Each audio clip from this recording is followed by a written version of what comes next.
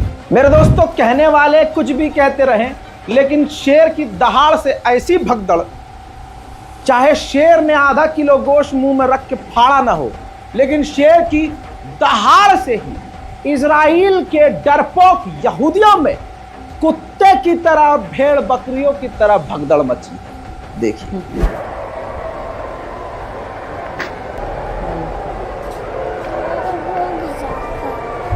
मेरे दोस्तों, जल्दी जल्दी इस रिपोर्ट को शेयर कीजिए। आपके सामने सारी जानकारी वीडियो के साथ, सबूत के साथ मैं देता रहूंगा। चैनल को सब्सक्राइब कीजिए। मैं हूं रजा और आप देख रहे हैं रजाग्राफी ओनली ऑन यूट्यूब। जय हिंद।